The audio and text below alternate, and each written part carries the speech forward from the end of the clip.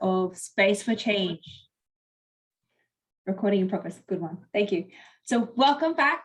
I love that you love the music. Andrew's going to pop the link of who this is. It's one of his most currently obsessed with this song, aren't you, Andrew? So welcome back, everyone. This is our first Space for Change for 2022. And as you know, we have been doing this every single month for quite a while now to integrate the topics of change management and other disciplines and areas to help you really feed your soul, feed your passion of people and change, but also take these back to your clients, to your team members, and really help them to understand what this means for them. So welcome. Now, as I am doing this introduction, please pop your name in the chat. Let us know where you're dialing in from. Let us know if you're pumped, if you have your word for the day. Let us know what your word for the day is. Would love to see you all in there going, hey, I'm here. So for all of you who don't know me, I'm Christina Herrera from Christina Herrera Consulting, and I am a vision partner with Andrew Buto and Hugo. I would say they are my change management soulmates.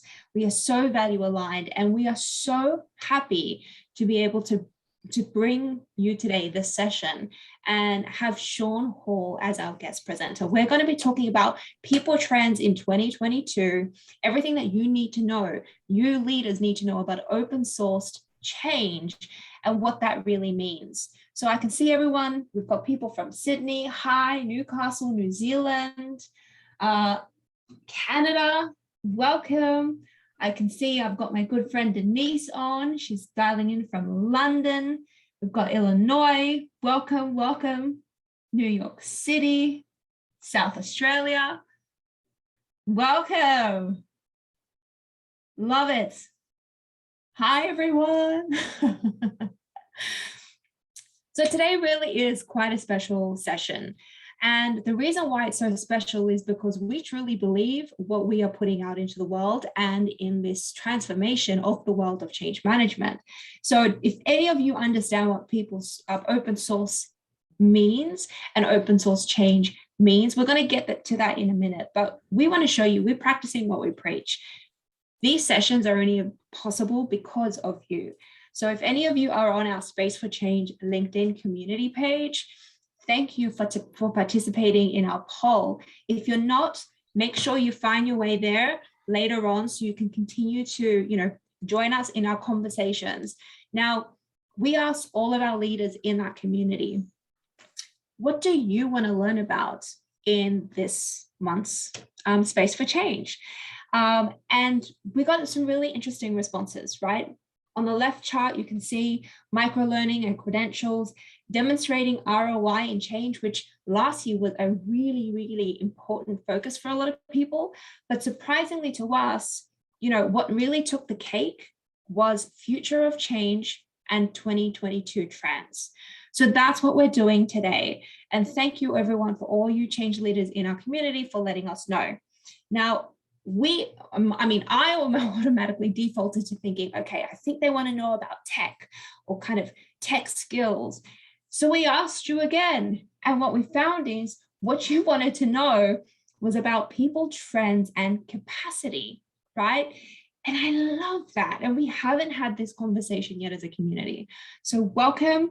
Thank you for letting us know what you would like to hear and helping us to actually advocate what we preach in terms of open source knowledge sharing and knowledge building as a community. So let's jump to our engagement. Pick up your phones if you've got your phone handy and hover over that QR code. Now, if you don't have your phone handy, that's fine. Jump onto AHA Slides /trend 22, trend 22. And I'll give you just a couple seconds to navigate there. And we've got 3 questions for you. Now, remember, if you didn't scan the QR code, that's completely fine. You can go to a new page on your internet browser. And there we go. Love it. Look at us go. We still have people jumping in. So if you're just joining us, welcome. We've got a really great and engaging session today about change, capacity, and people trends.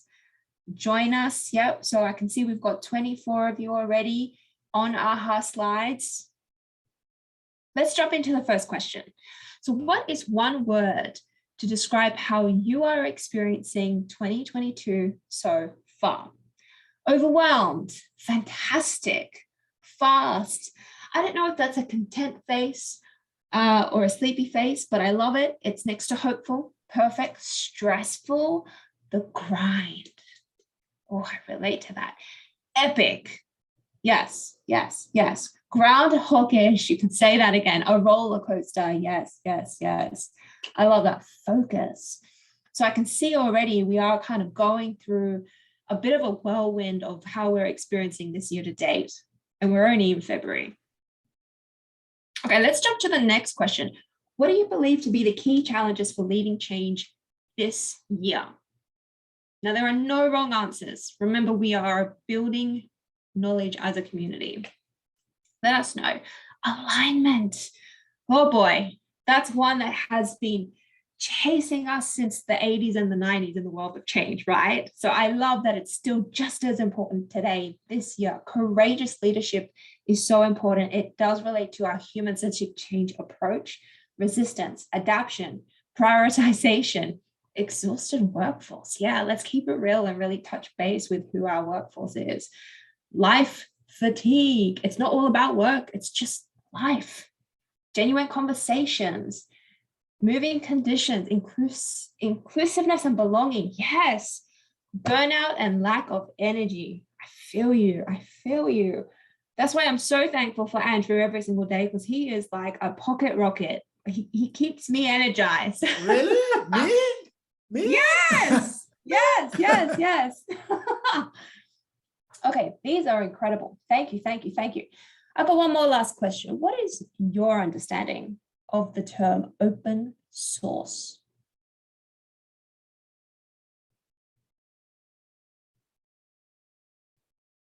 So pop your ideas in there, all in. Yeah, real time. Oh, that's one of my favorite parts of open source. Openly sharing, collaborative, collaboration, available to anyone. Oh, yes, yes. What's the point of having knowledge if you're just going to hoard it? I love that. Everyone contributes to make it better. Yes. Unproprietary. Yes. Flexible. Available to everyone. Free. Reuse of fantastic ideas. Oh, God, guys, you are hitting the mark. I love this. Shareable information and insight. Inclusive. Oh, boy. I mean, all of these are correct. Open source just opens the floodgates for us to have truly diverse and inclusive conversations and to share knowledge. Empowering. I have to admit, I think empowering is my word for the year. Yeah. It totally is. It totally is.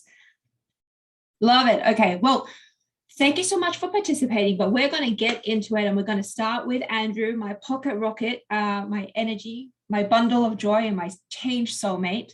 Andrew, take it away. Oh my God, you are too kind. It is so good to see all these amazing faces across the globe, especially at this time in the morning. So I love seeing how many people are taking leadership and change so seriously. So thank you for being on board with us as we kick off 2022. So what a great start. And I'm looking at all that feedback, and I think you guys actually get a lot more than you think. So what I thought I'd share with you is we have been obviously working across a lot of clients. Consulting's picking up. The change market has been insane the last year. And I thought I'd share with you a couple of real conversations that are happening, not only with our clients, but also with our alumni, our course attendants, and our entire Space for Change network. And I think if I have to summarize it, because I really want to give the focus to Sean in a moment, I'm going to touch on the first one. Ashbury, year 4, yeah. Yeah, Ashbury, please. And an oat flat white, please, with extra cream.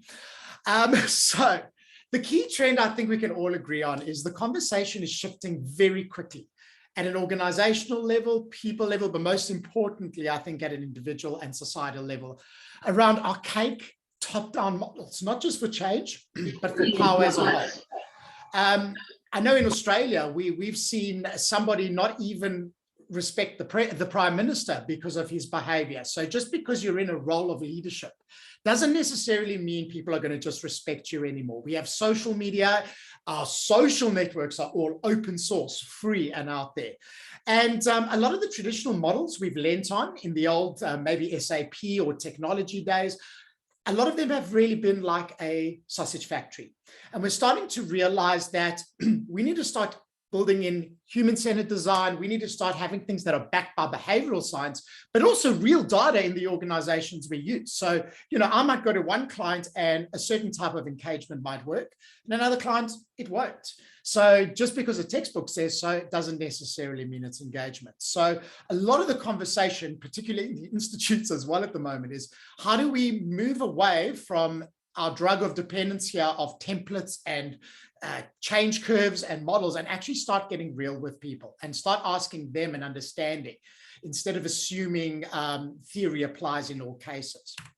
And very excitedly, you guys nailed the term open source. The best way I can describe this is Apple versus Google. Apple is exclusive. It's always designed from the top. It's given out with very little feedback, and it's in an ecosystem that is very exclusive to Apple subscribers. Whereas Google is like, well, here's artificial intelligence. Here's a market. You guys as our market, play with it, use it, build it, make money from it. And I'm not saying one's right or wrong, but when it comes to change and engaging people in this age, people want to be involved. People want to collaborate. And what we've seen across all our clients is the more you involve people in co-creating change, the better they are at actually buying into that, the less they resist in it. And also it creates a sense of psychological safety because they're a part of the solution instead of just in order to make people redundant and reduce your headcounts like we've seen in the past. So what we mean by open source change is it's co-create. And what this means for change managers is it's very much, engagement is very much human-centric and design-focused. We're going back to the art of true consulting. So when we train up change managers, we focus more on the human skills and the facilitation skills now. But the other side of open source, which is not human, is the technology. Look how easy it was to collaborate with all of you on the smartphone today. And the democratization of technology has really opened up new fundamental doors for us. But it's at three very key trends that I think are really, really relevant, and we're talking a lot about this. In order to empower this new model and make it smoother and do it, there's three things we're learning that have to happen. And I'm sharing this with you because I think this is a conversation we all should be having, not just with ourselves in the community, but with the organization and particularly the leaders we work with. In order to get this model to work, one, we actually need executives to perceive and believe in the value of people, and also believe in the value of engaging, collaborating, and asking. And that's a huge mind shift model. But the good news is because of the pandemic, it's often put HR, learning and development, communications, and particularly change at front and center. So there is, going into 2022, I am feeling a huge shift in the value perception of executives and people who are actually investing in change from a lot of the clients across the globe right now. So no longer are we in the dark corner begging for a seat at the table. I think there's a lot of curiosity. Now that can work in our favor, but also it means we've got to deliver on that value as well. The second is change capability. So we're shifting out of a very specialist model of change, a very sort of, I am the expert, I will write the plan. And we're starting to move away from the prescription of change into a world where really it's about human-centered design. In fact, at Earth to Mars, human-centered design is engagement. And if you want to drive digital, virtual, real person engagement, we need to be working with people and co-creating change. So what's that meant for capability is that we need to start becoming continuous learners. Technology is changing at a rapid rate. We've also just landed our first metaverse client who's doing all of their engagement in the metaverse and collaboration in a metaverse. And this is just going to get more and more with Microsoft Mesh. So if we are not continuous learners and just assume, I've got my doctorate, or, you know, I've done one certification. It's not enough in this day and age. And we need to have an attitude of continuous learning here. So really the capability has shifted from theory and being the specialist into change being a shared discipline, not just for the change practitioner, but for leaders, project teams, and transformation teams. And the last, which is why we have brought Sean Hall on board, is change capacity. And I'm so glad this community in our LinkedIn group has actually said this is becoming the thing. And all of you picked it up in Christina's first question, is you can have the best vision from leaders. You can have the best change capability that's inclusive, dynamic, uses human-centered design and collaborative technology. But if people are burnt out and your leaders do not have capacity for that change psychologically, emotionally, but also physically, after what we've gone through in the last 2 years, it's all going to fall apart. And this is really what we're starting to simplify and show for leaders who might not get change, is you have to be working on all three. It's not to say you have to do all of them 100%, but if we don't have conversations about these three disciplines, it can lead to more resistance or walkouts. It can lead to burnout, and it can lead to a lot of confusion if we're not getting the three right when we start collaborating with people. So really cool model there that we've simplified. If you want to go into detail of that, it's called the Knoster model with a K, K-N-O-S-T-E-R. Check that out. But really what this session's about is we obviously know about value of change. We've got a previous space for change in the archives all about that, and happy to chat about that. Obviously, we've spent a lot of time on capability and we'd love more conversations, but the real conversation about today is, after 2 years of pandemic, where are people's heads, hearts, and minds currently? And with that said, this gives me great pleasure to introduce one of the most phenomenal human beings I've met, Sean Hall from Energex. So Sean has an incredible story to share. I've loved Sean since his start of his career. He has been involved with really understanding what makes people tick when it comes to capacity and also their energy. And he's been using technology, behavioral science, and there's a lot of data around where people's heads and minds are, but he's also driving the capacity factor within organizations across the world. So Sean, welcome aboard. I'm going to hand over to you. And without further ado, yes, B, I'm preaching to the choir, no, but I'm going to hand over to Sean and let him explore what you guys are all here for. Thanks so much. Thanks so much, Andrew. Good morning, everybody. I just want to acknowledge that I'm coming to you today from Turrbal country. I'm up in Brisbane, and I want to pay my respects to their elders past, present, and emerging as well. Interesting fact actually from up this way, because I just moved up here a year ago, is that those of you that are familiar with the Aussie colloquial term yakka, which is normally hard yakka, right? So blood, sweat, and tears, essentially. It's actually derived from one of the indigenous languages up here. And I guess that's how sometimes things can feel when it comes to change, is that it's like blood, sweat, and tears, like just sort of driving that through. But what I guess I want to promise you this morning is that everything I'm going to talk you through is not designed to be that way, right? So it's to show how we can build change capacity essentially in really simple steps. Christina, if you want to drop off those slides, or Andrew, if you want to drop off those slides, I'll just share mine as well. And I'm just going to ask everybody, first of all, just a simple question. And so what I'd love to see in the chat is just answer, and again, obviously this is a safe space to do that, is simply answering this question: is how many of the last 10 days did you feel that you had enough energy for what really matters to you? So that what matters part, could be personal, professional, both. How many of the last 10 days did you feel that you had enough energy?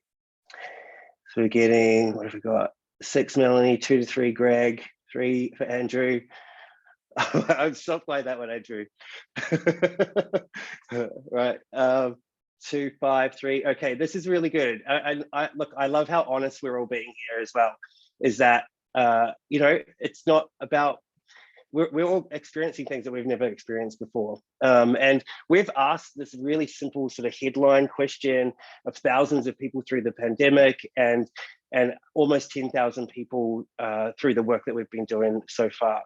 So I'm going to share with you shortly, I guess, what the results are that we're seeing through the pandemic too, so that you can get a feel for whether how you're feeling is actually reflected as well, sort of more widely.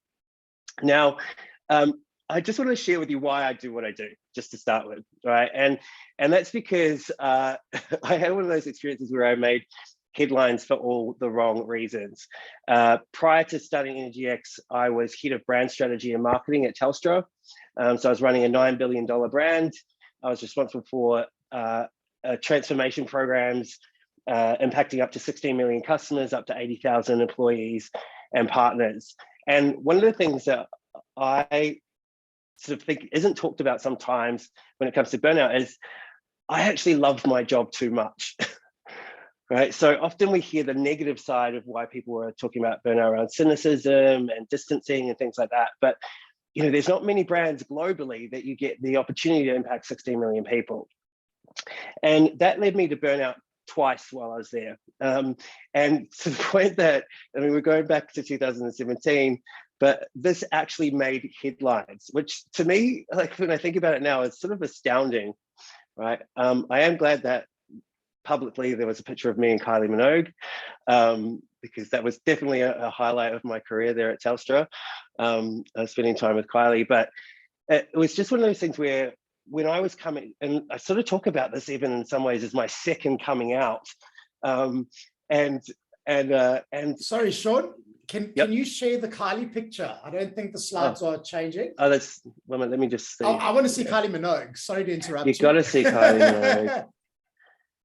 Sorry about that. Is that showing now? Perfect. Thank you. Yeah, perfect. All right. So these are the headlines that were there. And as I said, this was like my second, when I started talking about my burnout, it was like my second coming out. And this one actually felt way more scary in many ways than talking about my sexuality. And so it was really this time that was a catalyst, obviously, for what I do now. And really what I felt was that I thought I would lose everything if I talked about it. I was in a lot of fear. There was a lot of shame associated with it, because at the end of the day, I realized that it was actually my decisions that had led me to burnout as much as the environment that I was working in.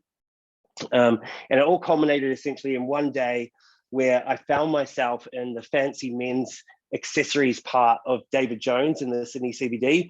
Those of you that are joining from overseas, it's sort of like a high-end department store. And it was unusual for me to be in that part of the store for a couple of reasons. The first is I don't buy $1,000 man bags or $250 pocket squares. I don't even like to wear sleeves, as you can see.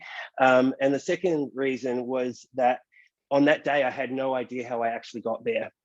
And so if someone else had seen me, they would have thought I looked a bit dazed and confused, but I was feeling all sorts of crazy on the inside. My heart was racing, my mind was racing, I was physically shaking. And I've come to call that experience an energy crisis. And the reason that I call it that is that when I was looking for resources to help me get well again, everything around men's mental health in generally, even still today, really focuses on the extreme around depression, anxiety, suicide, addiction. And I didn't have any of those things. I just had no gas left in my tank. I was running on empty. And so I knew I was a gold star candidate for a more serious issue if I didn't do anything about it.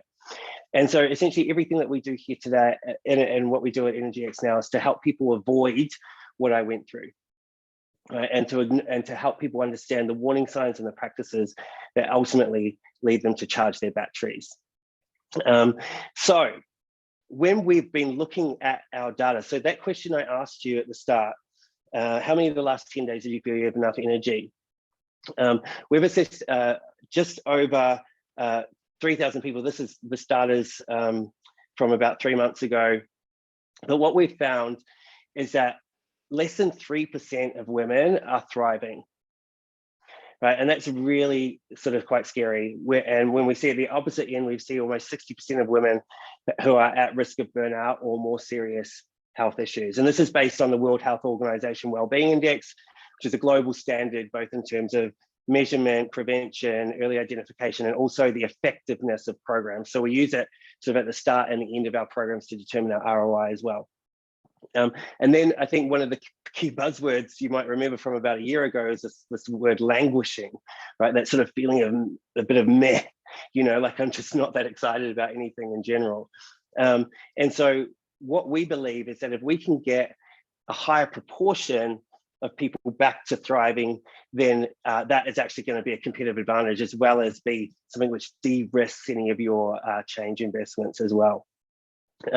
So I'd be interested to I think we saw, even just in our little poll at the start there, we saw that sort of standard distribution even starting to come through as well.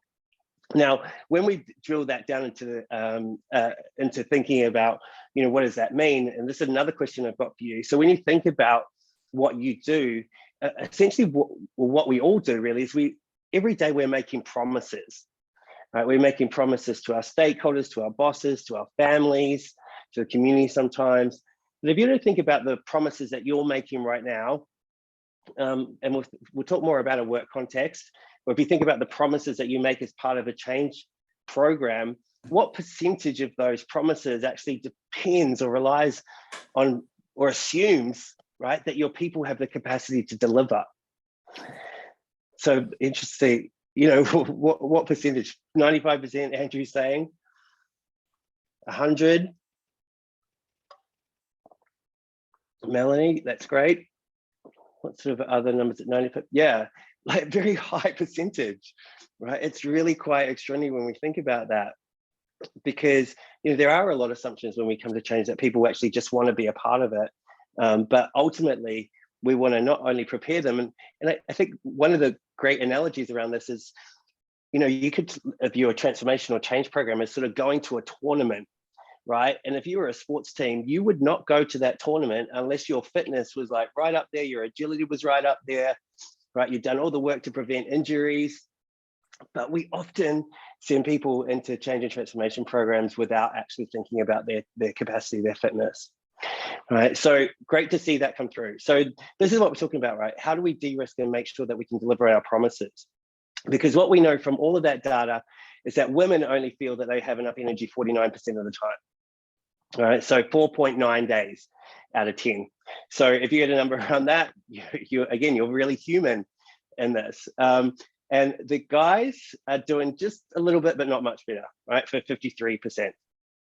What we know, and if you think about how many days you'd like to have enough energy, is that for most people, they'll say about 8, right? And that's a really human insight that we've found as well, right? Is that it's not about perfection. If you have enough energy 8 out of 10 days, life is going to be feeling pretty good. And so at its most simplest, that's what we do with our clients, is we help them get from A to B. So if they're at 53% and they want to be at 80%, we're going to help them create a program to actually get them there. And interestingly, when we look at the top 20% of all the people we've assessed, they're already there, right? So this is a new way of thinking about high performance as well, is that the top 20% of people that we've worked with will say they have enough energy at least 80, 81% of the time. Right, so I'm going to ask, I want to change this up, right? Because that could feel a little bit depressing sometimes hearing those stats. So what I'd love to hear in the chat from you is I've seen some awesome stuff coming through already, but in the chat, what I'd love you to pop in is, what's a milestone or something in your sort of change career that you are super proud of, right? That when you look back, you think, this is something that's always going to be on your CV, it's going to be your case study. What's something that you're super proud of? Pop that in. Oh, Mel, you've written a book. Wow, that's amazing. Having your own change business, anybody that's got their own business, I think Andrew and I will agree, like this is like all big props to you. Parenting, Kathy, yes, right? Developing, changing, coaching, being able to empower. I love all of these things coming through. Now, think about how you felt as you wrote that.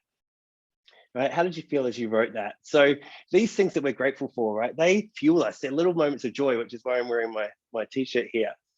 But what we believe is, and this is something that I've taught lots of thousands of people now at Energex, is what we believe is that feeling, right? That feeling of things that we're grateful for, whether it's something we've achieved, whether it's people in our life, that feeling that you experience in your body, that vibration, that's a little shimmy, right, on the inside, right? And shimmies are not supposed to be on the inside, they're supposed to be in our shoulders, right? And that a shimmy can change the vibe in a whole room. Imagine like a really boring, dull room, and then Andrew walks in shimmy, right? That's good. That whole room's going to change straight away. And so what I'd love you to do right now is I want you to write down this simple statement. Write this down for me. I deserve a life that makes me shimmy. All right? Do we believe that? I think absolutely we deserve that, right? So those moments that have made us shimmy, that we're grateful for, right? We deserve those in all parts of our lives, not just our work life, but our career, our relationship, our personal life, right? I deserve a life that makes me shimmy. So how do we do that, right? So how do we do that? Because I'd love to say that a life that makes you shimmy sort of happens by magic, but actually it requires us to take some responsibility, right? So wherever you're at today versus where you want to be, yes, Christina, I love it, right? Pop that up to remind you, right? We need to know where we're at versus where we want to be. So what parts of our life are making us shimmy now? And I think this is what is really a crazy opportunity for anybody that's working in change, is that imagine if every single person that was impacted by your change program was shimmying through it, right? That was looking forward to it, that completed that transformation program, you know, feeling that way, feeling proud of what they contributed to, that they co-authored, and actually were more well as a result of that, not burnt out. Right? So that's what we're talking about here as we think about how can we take responsibility for what we do in our roles, but then also help other people take responsibility for how they turn up and how they look after themselves as well. And so this is a really core part to our philosophy, is that as adults, we need to take responsibility for ourselves, right? And we haven't really been taught how to be well. And so these are all things that we can learn in order to make sure that at the end of the day that we're making decisions that fuel our energy, that recharge us. And importantly, we're taking responsibility for our energy impact on other people as well, right? How we turn up and how we choose to contribute. So responsibility. So what we essentially leave people more well when we work with them. The first is obviously more mentally well. So what I would say to you is that if you think about the talent that you work with, if you're recruiting people, you will be buying their brains, not their biceps, right? Brains, not biceps. And what we know from recent trends around human capital too, is that 90% of the value creation that's happening in the economy is from intangible assets, i.e. humans, right? So with those humans, we need their brains to be lit up. The second thing is obviously more effective and productive. And so this is about focusing on the highest value activity, removing those things or activities essentially that that I guess are non-value adding. So non-value adding energy in a business is things that we often want to remove. Next thing is obviously more creative and innovative, right? So if you're not innovating, if you're not creating new sources of value, then your business is not going to be around for very long. And then the final one, I'm sure, is something that all of this community actually feels really strongly about, you know, is being more emotionally intelligent and inclusive as a way of doing that as well. And so what I want to share with you today is a bit of the how we build that capacity, right? How we build these skills in people. And this is all really aligned to Andrew's slide. We were talking about change value, capability, and capacity as well. So there's 6 essentials here really to driving change. The first is having that shared vision, right? So this is an important part of whatever your change plan is. The second is having data and insights, right? So being precise around where we invest, because the data is giving us those sources of truth. The next one is about inclusive and evidence-based design. And so especially when I'm talking about inclusion, it's about recognizing the individuals, right? Not treating everybody the same. The fourth one is about mental health, the mental health continuum. If you've not seen this, I think we will share this afterwards, actually, Andrew. I'll share with you what the mental health continuum is, because a lot of our focus is on the crisis end, you know, so around those issues around depression, anxiety, suicide. But actually, what I believe is that prevention equals performance, right? So how do we make sure that we've got the right areas of focus? mass personalization. So this is where I'm talking about seeing the individual, and we're going to show you an example of that from a technology perspective in a second, right? So how do we drive behavior change, right? But in ways which actually recognize the individual's context. And the last one is being able to actually look at the ROI behind what you've done, right? And continue to learn and adapt. So these things are great ways just to think about when it comes to the capacity, I guess, pillar, you know, or lens as part of your plan. Have you got these 6 things in place? Now, what we believe is, or what we've just recently been investing in, is really looking at how artificial intelligence can actually do this for us, right? Can actually allow us to see individuals, allow us to see their unique context, and ultimately help them recharge their batteries. And so what I want to do is actually, I'm going to need a volunteer for this one.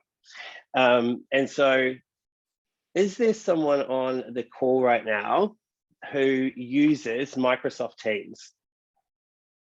Can I see someone? B, I see you putting your hand up. Camille's got her hand up as well. Okay, we've got a few people using Teams. Okay, so B, I'm going to pop a link into, I'm going to pop a link into the chat. I want you to click on it. It's all safe, don't worry, it's all been tested. And I'm going to introduce you to Frankie. So Frankie is our little artificial intelligence coach, essentially, that helps build people's capacity. But I want to show you a live demo of how easy sometimes technology can be when it's designed from a human-centered point of view. What I'd love you to do is, once that chat pops up, would you share your screen into the chat as well, so we can see what you're doing in terms of the thing. Is that okay? Cool, thank you so much. I'm going to pop this in now.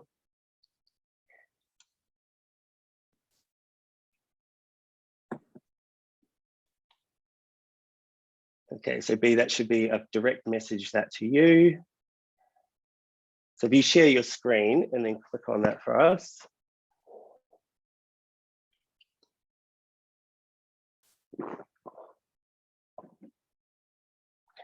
Now, this is always, with any technology thing, as I'm sure you all can recognize, this is always these moments of anxiety that come, like, will it work? Will it work? I actually had to do this recently to the MD of Microsoft. So you can imagine the anxiety when I was doing that in this situation and trying to do a demo. So B, if you share your screen, and then what should happen? Andrew's just made me. Amazing. Has made me a host. Awesome. Andrew just shared his shimmy. Give me 1 second. Can you see my screen? Oops. Not yet. What is going on?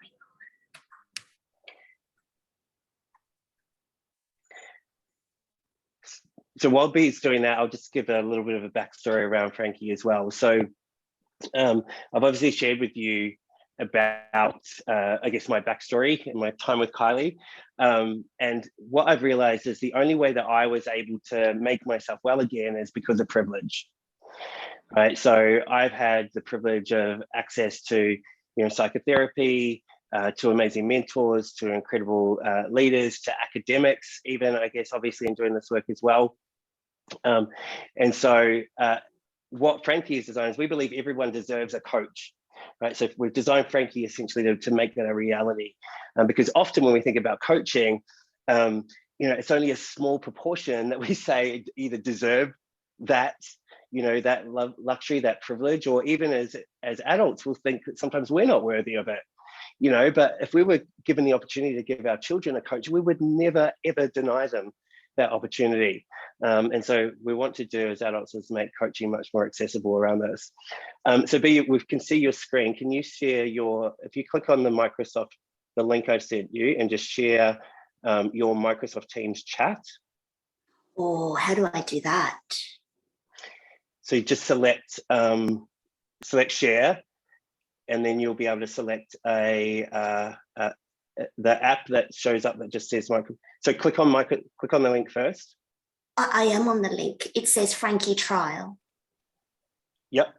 And so you're in the Microsoft Teams chat? Yes. Can you not see my screen? Have I buggered up? Oh, actually, yes, you are there. Sorry. Now, all I want you to do there, sorry, it's my fault, is if you type "Hey Frankie" with a Y.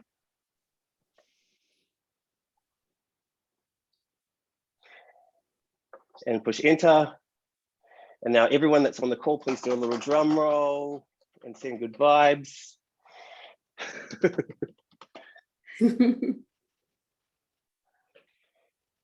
And then please. All right, so what's going to happen right now is that Frankie will start talking back to, there we go, yay! All right, so thank you so much, B. You can stop sharing your screen now. Oh, okay. Thank you so much. Thank you for doing that. And B, just for doing that too, like you get a free trial of Frankie, so I'm going to let you do that for me, okay? Yeah, I might be a good candidate because I keep working with one broken hand. Oh my gosh, there we go. Oh my gosh, you get extra recognition for that. So one of the things that we know is that often, technology implementation can feel like it's very onerous, and they're trying to compete for priorities. And so what we've been doing in the design is trying to make IT's life easy as well, by being in platform. So Frankie lives in Teams and Slack and WebEx and Workplace. In the US, if you join us from the US, we've even got Frankie on SMS. And then we're very soon having WhatsApp available so that someone can just have a coach in their hand, essentially. And what Frankie does is, let me just show this here. Can you see my full screen? Just double check. Yep. Okay, so what Frankie does is, so what would happen next? It takes about 8 minutes to onboard someone, right? And what Frankie does is ask you a series of questions. There's 17 questions that are all backed in science that holistically look at all of the things that might be impacting someone's energy or capacity. And then based on their unique set of data, and this is where we really are focusing on inclusion, is seeing the individual. Frankie then pulls from a bunch of library content, which is essentially coaching and behavioral change challenges, and creates a personalized curriculum for the individual. And so what that means is that, first of all, no more apps, right? That's a big thing, is that when we were doing our sort of human-centered design process, people said, I don't need any more apps. Can you just be where we already are? And especially because a lot of organizations have invested a significant amount of money in collaboration platforms. The second thing is recognizing the individual and recognizing that they're busy already, right? So the algorithm means that we have over 5.7 million unique versions of those curriculums. The curriculum lasts 86 days, right, to help people overcome. Basically, we look at the top 6 warning signs that they might have, and we help them overcome those and over the course of their curriculum. And the other thing that we promise that we make to people is that it's a tiny amount of time, right? So only maximum 10 minutes a week, so that we can all find that, right? So so that people can just jump in and just have a single chat, essentially, once a day. We recognize people's boundaries, so Frankie doesn't talk to you on weekends, things like that, which we've found have been really important to people. Sean, before you move on, I just want to make a comment here. Like, I love how this is integrated into our business as usual applications. I think that's what sets this apart. But we also have an incredible question from Denise. She wants to know why you called it Frankie. Yeah, so Frankie is called Frankie because Frankie's frank with you, right? So coming back to the responsibility thing, Frankie's just saying, hey, Andrew, just do this one thing. And why we focus on that as well is that what we found is when people are overwhelmed, when you're burnt out, you feel like you have to change your whole life. And what I've found through working with people over the last 5 years is that people just want to know where to start. And then once they know where to start, they just want to be told what to do, right? So just one thing. And so when we look at sleep, for instance, the sleep science says the number one thing that we should all do, and I'm just giving away the secret sauce here, is just go to bed at the same time, right? You're designed to be in rhythm. Humans are designed to be in rhythm. So to get into a rhythm with your sleep by going to bed at the same time. And so what Frankie will do is teach you a bit about the science and then say, hey, Andrew, for the next 10 days, what's the time you're going to go to bed, right? So just simple things like that we know are achievable for people and help them progress. And that I guess has been a big part of our philosophy around technology as well, is that, you know, when I was at Telstra, you know, my job was as brand strategy, right? My job was to live in the future and to demonstrate and communicate the value of technology. But what that meant is I also saw the dark side, you know, and I wasn't allowed to talk about that, obviously, as head of marketing. And so what we wanted to make sure is that what's the minimum amount of technology that's required to help people progress and move forward, right? So rather than, you know, these social media models, which are all about grabbing as much of your attention as possible, we want to have as little of your attention as possible, but make it meaningful, make it effective.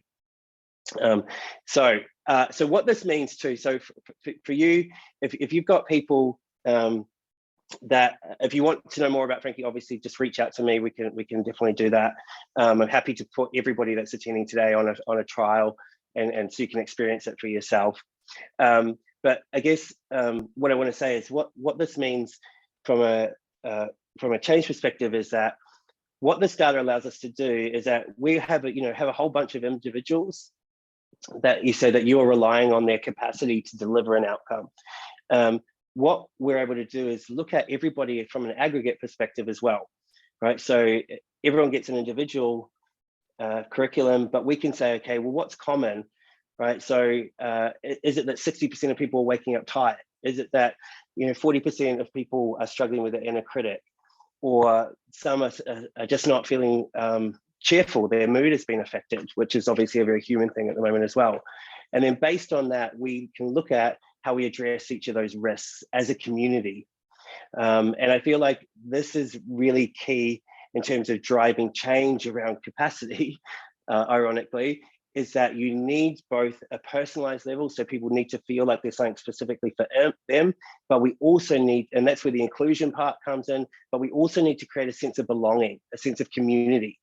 And by designing or using these bigger data insights, people don't feel alone in their experience, right? And they know, oh, actually 60% of people are waking up tired. I'm not a weirdo, right? There's other people feeling the same way as well. We can all come together and we can all support each other. We can help each other, hold each other accountable for taking responsibility around actually looking after ourselves in that way. And so any of those feelings of shame or isolation or loneliness that might come from not feeling at your best, we can overcome that stigma by bringing people together around shared needs. And that's essentially, and what we're seeing too is that this doesn't have to take a long time. I talked before about the benchmark around the top 20% of people we've assessed feel they have enough energy 80% of the time. Imagine if you had 50, 60, 70% of your people saying that, right? That will be a competitive advantage. That will help you deliver. We had a recent case study. We worked with the Sydney Children's Hospital Foundation. At the start, only 10% of their people actually met that benchmark. We got that to 51% in just 100 days, just with these simple, achievable, practical behavioral changes. So that's all for me, right? Happy to share any more sort of around case studies and things like that as well. But I thought, first of all, thank you to Christina, Andrew, and Hugo for inviting me along. Thank you for your time this morning. And I'll hand it back to everyone and see if there's any questions. So folks, before I go into questions, can we all just come off mute and do a big shimmy for Sean? How amazing is this guy? Round of applause for Sean. Shimmy. Thanks, Sean. Awesome. Sean, good question from Anna-Marie in America. Have you analyzed, hi Anna-Marie, by the way, have you analyzed how working remotely has impacted burnout? Yeah, so one of the biggest things that we've seen, so big headline, first of all, was that we saw overall people's energy drop by about half a day or about 5%. right, through the pandemic. When we look at all of the 17 questions that we assess, one of the biggest ones that's sort of been a headline through this is about balance, right? And when we dig into that, it's about boundaries. Yes. Right, which I'm sure you can all know along to, right? So people feeling like their boundaries have been blurred. I said before about what was it? I just lost it completely. But boundaries have been blurred. People, I'm sure you've heard the stories yourself that I used to commute and now I've got 2 extra meetings, right? That they're always on. And essentially what has happened, I talked before about rhythms, right? Humans are designed to be in rhythm. And what we saw is, first of all of our rhythms were disrupted through the pandemic. So whatever we had in place that we were doing every day, the habits that were all disrupted. And then secondly, we had a whole bunch of new rhythms that were created, but a lot of them were done by default or mindlessly, right? So just saying yes to that extra meeting because like I haven't set the boundary, I haven't said no, I'm still not starting until 9, right? So this is where we've got a sort of course correction, I think, that we need to happen, where we go, okay, what are the rhythms that help me be well? How do I set boundaries for myself and communicate them? And again, these are all inclusion conversations, right? You're different from me. The way you work is different from me. These are your boundaries. I'm going to respect them. I'm going to value them. I'm going to appreciate them.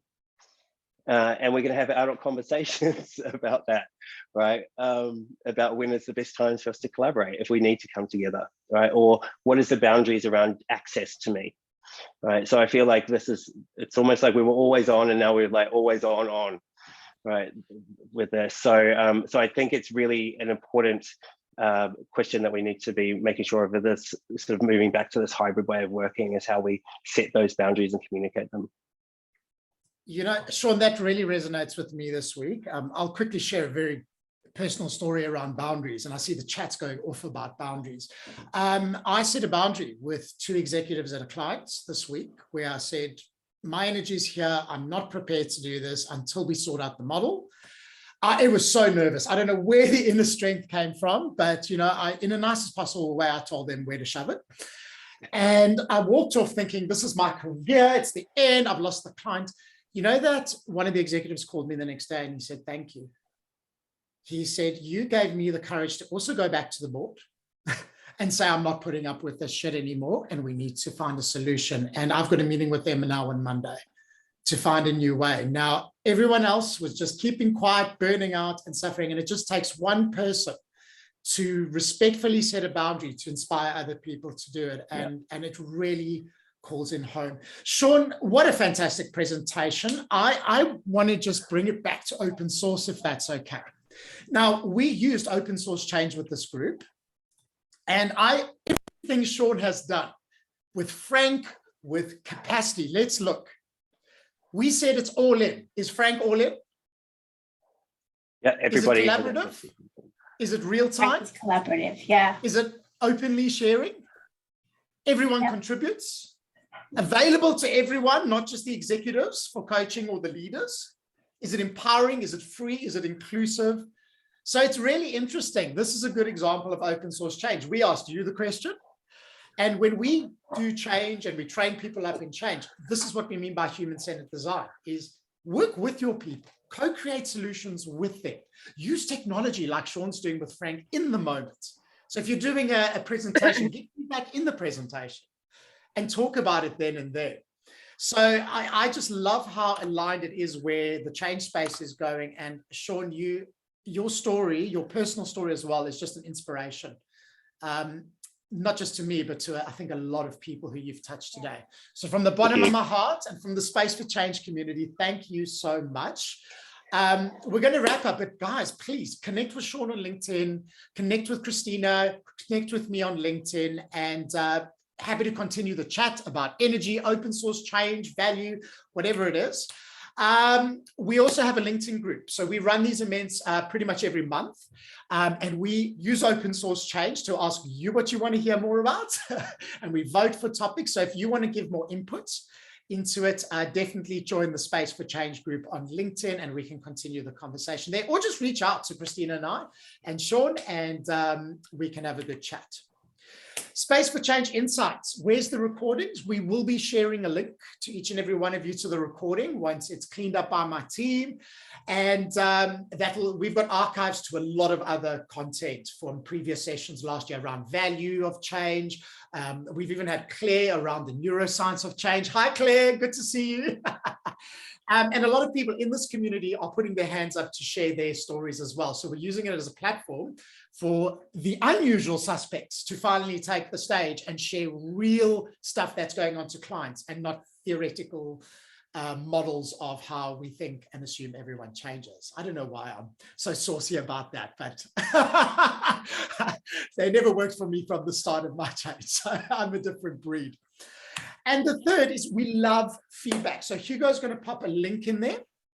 We'll also email the link to you in the chat. Please give us feedback so we can inform and improve, but also inform topics and have almost like a good topic of what's relevant to you that we can then vote for as a community and cover it in a Space for Change sometime this year. We've also got a new team member who's just joined our team, Anna. She might be reaching out, or I might be reaching out to you maybe in the next couple of days or weeks. We'd love to have a chat as well if you're open. And we asked that on the feedback form, just to understand your world, what's relevant for you, and how we can make this community even better in 2022. So those are your three ways. Hugo, have you put the feedback in there? So please jump on and give us feedback. And on behalf of Christina and I, thank you for joining us. We know it's early or late if you're in the US. Thank you for all of your energy. And yeah, should we do a final shimmy? Let's do it. We need some music, right?